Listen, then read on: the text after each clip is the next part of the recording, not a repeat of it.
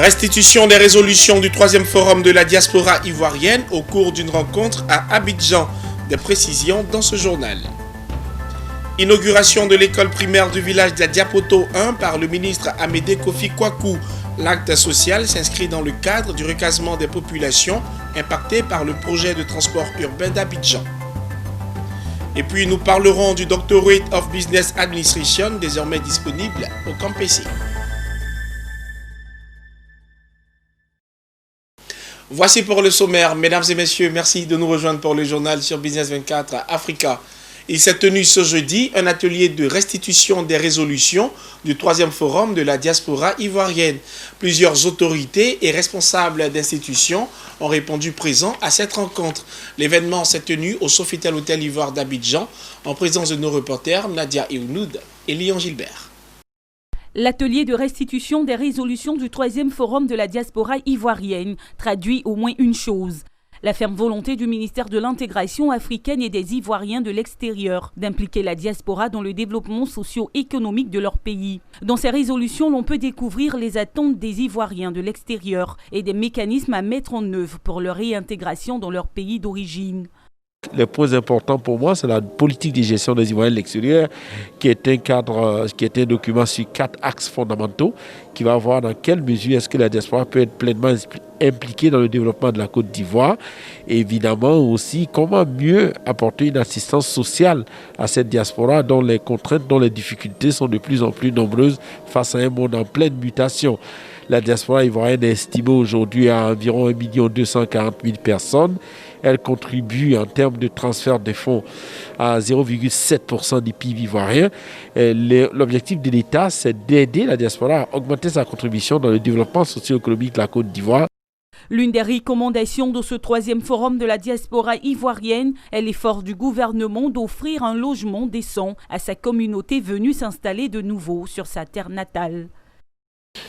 Il s'agit notamment de la constitution de plus de 2000 hectares de réserves foncières qui sont aujourd'hui mises à la disposition des promoteurs immobiliers. Il s'agit de la mobilisation d'environ 100 milliards de francs CFA investis à ce jour. Cet atelier de restitution du 3e forum a été rehaussé par la présence du ministre de l'intégration africaine et des Ivoiriens de l'étranger. Pour Albert Flandé, il est temps pour les Ivoiriens de l'étranger de rentrer chez eux en Côte d'Ivoire. Pour matérialiser les engagements pris par cet appel, un cadre de dialogue permanent entre les autorités ivoiriennes et nos concitoyens qui vivent à l'extérieur a été donc mis en place à travers le Forum de la diaspora ivoirienne. Le Forum de la diaspora ivoirienne est une rencontre biennale, née de la volonté politique du gouvernement de réintégrer les Ivoiriens de la diaspora pour le développement socio-économique de la Côte d'Ivoire. La prochaine édition du Forum de la diaspora ivoirienne est prévue pour 2021. Après une négociation de 4 ans entre la Côte d'Ivoire et le Royaume-Uni, l'APE, entendez l'accord de partenariat intérimaire, est désormais officiel. Les engagements de cet accord ont été dévoilés au ministère ivoirien ainsi qu'aux acteurs économiques à l'occasion d'un atelier récemment tenu à Abidjan. À travers cette action, le ministère ivoirien en charge de l'intégration veut favoriser une zone d'échange libre avec le Royaume-Uni. Les détails avec Zeynab Dosso et Tima Traoré. Informer les acteurs économiques, membres de la Commission nationale APE, sur les engagements de l'accord de partenariat économique intérimaire entre la Côte d'Ivoire et le Royaume-Uni. C'est tout le sens de cet atelier d'information. Ce partenariat gagnant-gagnant est orienté vers la compétitivité du secteur privé en Côte d'Ivoire à travers le ministère de l'intégration africaine et du Royaume-Uni. Afin d'attirer plus d'investisseurs ivoiriens et d'accéder au marché important. Cet accord donne donc une autre dimension à nos relations commerciales empreintes d'intégration et qui garantit l'accès privilégié aux produits de notre pays vis-à-vis du marché combien solvable du Royaume-Uni. Pour s'assurer d'une bonne coopération, le Royaume-Uni a lancé le programme UK Trade Partnerships en début d'octobre 2020. pour accompagner les entreprises ivoiriennes désireuses d'exporter vers notre pays. De manière spécifique, l'accord de partenariat économique intérimaire constitue une base solide dans le développement de tous les secteurs d'activité en Côte d'Ivoire, notamment l'agriculture, les ressources animales halieutiques et le commerce. En effet, nous avons enregistré 283 milliards de francs CFA de biens échangés en 2019 avec un excédent commercial de 108,8 milliards de francs CFA en faveur de la Côte d'Ivoire. Les principales exportations de notre pays vers le Royaume-Uni sont composées de fèves et de préparation de cacao, des fruits et des noix de cajou. Notons que l'accord de partenariat économique intérimaire entre la Côte d'Ivoire et le Royaume-Uni a été déclenché depuis octobre 2017. Cet atelier de présentation des engagements de l'accord APE intervient avant la mise en œuvre effective de l'accord prévu le 2 janvier 2021. Ouverture ce jeudi 3 décembre à Abidjan d'un atelier de présentation de projets de recherche initié par la cellule d'analyse de politique économique du CIRES, en abrégé CAPEC. Cet atelier qui réunit les chercheurs de la CAPEC porte sur la présentation de l'analyse de l'effet de l'employabilité des jeunes sur la violence urbaine en période post-conflit de Côte d'Ivoire. Le récit de Pierre Tebeu et Augustin Kra. La jeunesse ivoirienne constitue la main-d'œuvre active lorsqu'elle n'est pas impliquée dans des activités légales ou légitimes, s'occupe autrement en se réfugiant le plus souvent dans la violence. C'est en substance l'objet de ce nouveau projet de recherche portant sur l'analyse de l'effet de l'employabilité des jeunes sur la violence urbaine en période post-conflit en Côte d'Ivoire, financé par le CRD et piloté par la CAPEC. La cellule d'analyse de politique économique du CIRES, à travers cet atelier, a présenté devant les partenaires la synthèse de l'analyse situationnelle de la relation entre l'employabilité et la violence des jeunes en Côte d'Ivoire. La mouture a été présentée par le professeur Assikimou, coordonnateur du projet, qui relève l'essentiel de cette recherche pour le gouvernement. Nous savons que la Côte d'Ivoire a traversé une période de stabilité, et cette période de stabilité a développé chez ces jeunes des comportements violents, des comportements nouveaux, mais aussi a fragilisé ces jeunes-là en termes d'accès à l'emploi, en termes aussi de précarité. Beaucoup de travaux ont essayé de comprendre ces questions d'accès à l'emploi. D'autres aussi se sont intéressés à la question de la violence.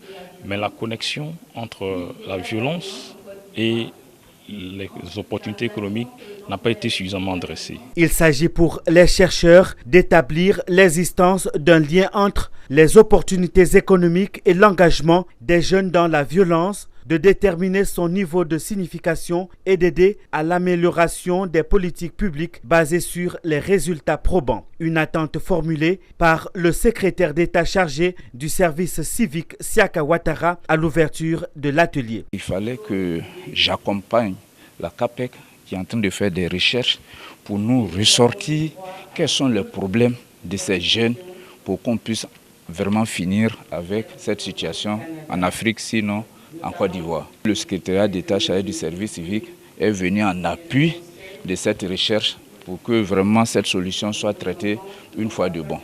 La violence est un élément qui peut perturber la trajectoire du développement économique d'un pays. Les prochaines étapes du projet sont de recueillir les commentaires et suggestions des participants, de créer un cadre de collaboration entre les parties prenantes et l'équipe de recherche de la CAPEC autour de la réussite du projet et de la vulgarisation des résultats de l'étude. L'impact du projet du transport urbain d'Abidjan oblige l'État ivoirien à reconstruire certaines infrastructures, mais aussi à recaser des populations. C'est dans ce cadre que le ministre de l'Équipement et de l'Entretien routier a récemment procédé à la livraison d'une école primaire dans le village d'Adiapoto 1, dans la commune de Songon. Amédée Kofi Kwaku a également saisi l'occasion pour visiter les sites de relocalisation des populations touchées justement par le programme du transport urbain d'Abidjan. Le reportage est signé Emmanuel Bonzo. Dans le cadre de la mise en valeur des activités du projet de transport urbain d'Abidjan, l'État ivoirien procède à la reconstruction de bâtiments et au recasement de population. Dans la commune de Songon, le ministre de l'Équipement et de l'Entretien routier a remis les clés d'une école primaire dans le village d'Adiapoto 1.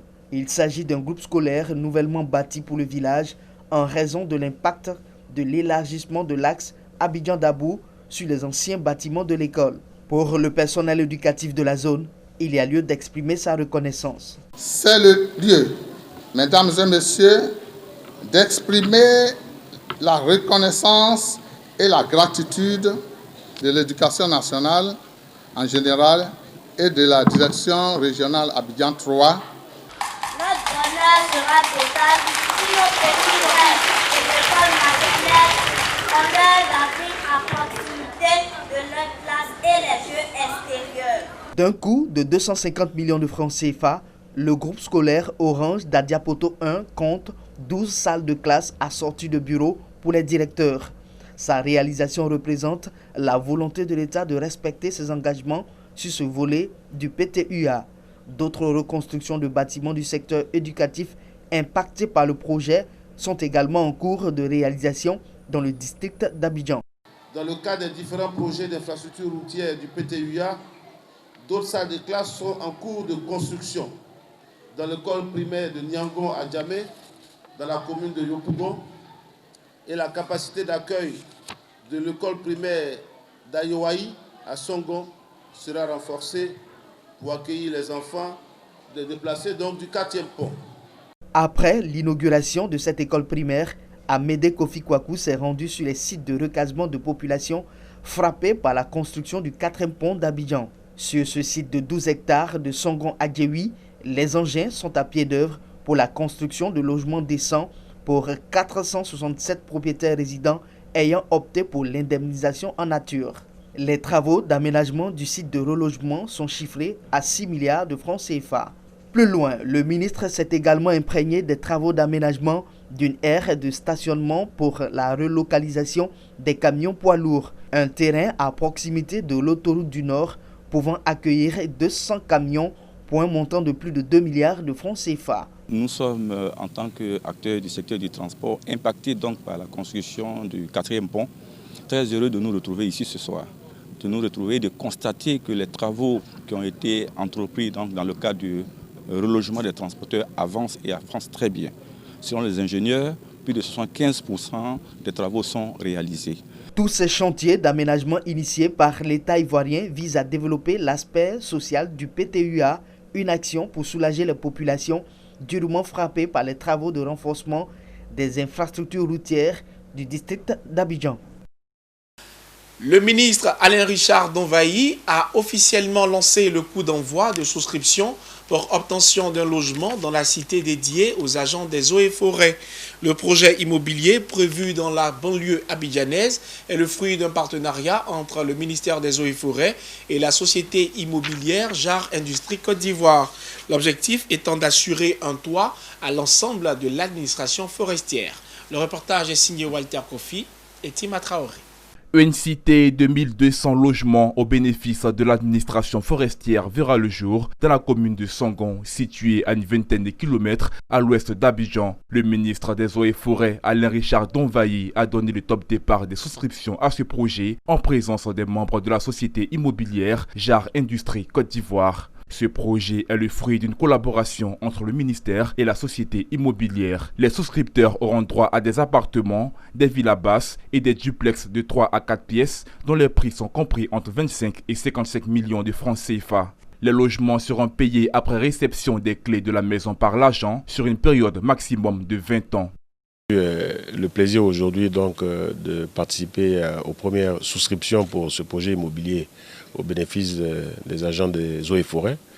Et j'ai été moi-même souscripteur également pour lancer le mouvement. Mais je suis heureux que ce projet-là non seulement voit le jour, mais est vraiment un démarrage effectif avec nos premières souscriptions et très bientôt au cours de ce mois-ci. Donc le démarrage des travaux qui devrait se faire également. Nous allons faire en sorte que ce projet soit réalisé le plus rapidement possible et que dans 7 mois, les premiers souscripteurs puissent intégrer leur logement. Aux 100 premiers souscripteurs, la société immobilière JA Industrie Côte d'Ivoire a fait une offre spéciale en annulant l'apport initial. Des mesures qui ont fait la joie de ces premiers agents des eaux et forêts à avoir souscrit à cette opération immobilière. Pendant longtemps, aux eaux et forêts, il était difficile pour nous les petits agents d'avoir accès au logement. Et c'est une première avec Monsieur le ministre, de sorte qu'aujourd'hui, l'administration forestière est décidée à adhérer massivement à ce projet. Notons que l'une des mesures sociales prises par le ministre Alain Richard Donvayi depuis son arrivée à la tête de cette institution a été l'augmentation de 62% du montant des baux des agents afin de donner à l'agent des eaux et forêts et à sa famille un cadre de vie décent. Aujourd'hui, c'est la garantie d'être propriétaire d'un toit avec ce bail révalorisé qui leur est offert à travers cette opération immobilière. En partenariat avec des institutions internationales de renom, le DBA, entendez le Doctorate of Business Administration, ouvre ses portes cette année au CAMPC, le Centre africain de management et de perfectionnement des cadres situé à Abidjan-Cocody. Vous êtes cadre titulaire d'un MBA ou d'un diplôme équivalent ayant une expérience significative, soit plus de 5 ans, en entreprise ou en organisation. Vous pouvez valoriser vos acquis professionnels et savoirs grâce au DBA du CAMPC. C'est en tout cas l'invitation des responsables du CAMPC et le partenaire de Business Science Institute de Luxembourg lors de la cérémonie de lancement officiel de ce doctorat. Les détails dans cet élément commenté par Betty Kwaku. C'est désormais possible d'avoir un doctorat au CAMPC. Le DBA, Doctorate of Business Administration, vient d'ouvrir ses portes au Centre africain de management et de perfectionnement des cadres situés à Abidjan-Cocody. Sont concernés les cadres africains titulaires d'un MBA ou d'un diplôme équivalent et d'une expérience professionnelle riche, souhaitant valoriser leur expérience professionnelle par la préparation d'un travail écrit de qualité validé sous la forme d'un Executive Doctorate in Business Administration. Et donc c'est par le CAMPC que j'ai su que le DBA était arrivé en nos portes en Côte d'Ivoire. Et donc j'ai sauté sur l'opportunité, je me suis inscrite. Et après l'interview, j'ai été retenue. Les enseignements dispensés dans le cadre du programme Executive DBA à Abidjan seront sanctionnés par le diplôme de DBA du Business Science Institute, BSI, de l'IAE Lyon School of Management, Université Jean Moulin, et par le Certificate of Research in Business Administration de l'Université technologique Sydney Business School, ainsi que par le certificat de recherche en management du CAM. Le Business Science Institute, BSI, de Luxembourg, par exemple, est connu pour son programme international Executive Doctorate in Business Administration de qualité. Et ce, grâce au professeur du Business Science Institute de renommée internationale. Un vrai programme doctoral pour managers en 3 ans, conforme aux recommandations internationales. Le 4e élément, on a appris récemment qu'il y avait un classement international des DBA. Et en termes d'innovation pédagogique, on a été classé en 2e position au plan mondial. Et tout critère confondu, on est en 4e position parmi les meilleurs DBA au monde. Voilà pour notre réputation. Nous avons choisi le BSI, qui est une institution reconnue mondialement, pour piloter ce programme parce que c'est l'un des meilleurs DBA au monde et le CAMPC qui vise donc le meilleur a décidé de s'associer au BSI pour pouvoir lancer ce nouveau programme de formation.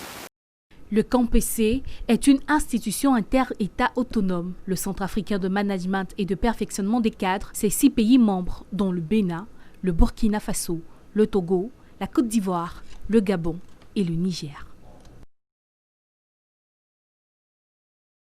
Après l'adoption en commission de 3 projets de loi présentés la semaine dernière par des émissaires du gouvernement ivoirien, les sénateurs de Yamoussoukro se sont réunis en séance plénière pour procéder à la délibération de ces 3 projets. Il s'agit notamment de la loi sur le code de la santé vétérinaire publique et la loi portant sur la production énergétique avec le projet Civrel 5. Le reportage est signé Charles Kwaku. Il est commenté par Mondésir Nascimento. Nous sommes réunis en séance plénière pour délibérer sur 3 projets de loi. Afin d'accroître la capacité de production de l'énergie électrique en Côte d'Ivoire, l'État et la société Atenkou ont signé le 19 décembre 2018 la Convention CIPREL 5 pour permettre la mise en œuvre de cette disposition. L'ordonnance numéro 2020/307 du 4 mars 2020 portant légalisation du régime fiscal et douanier applicable au réseau d'évaluation associé à la centrale thermique de production d'électricité à cycle combiné de 390 MW. Ce projet de ratification a donc pour objet de se conformer aux dispositions de l'article 106 de la Constitution.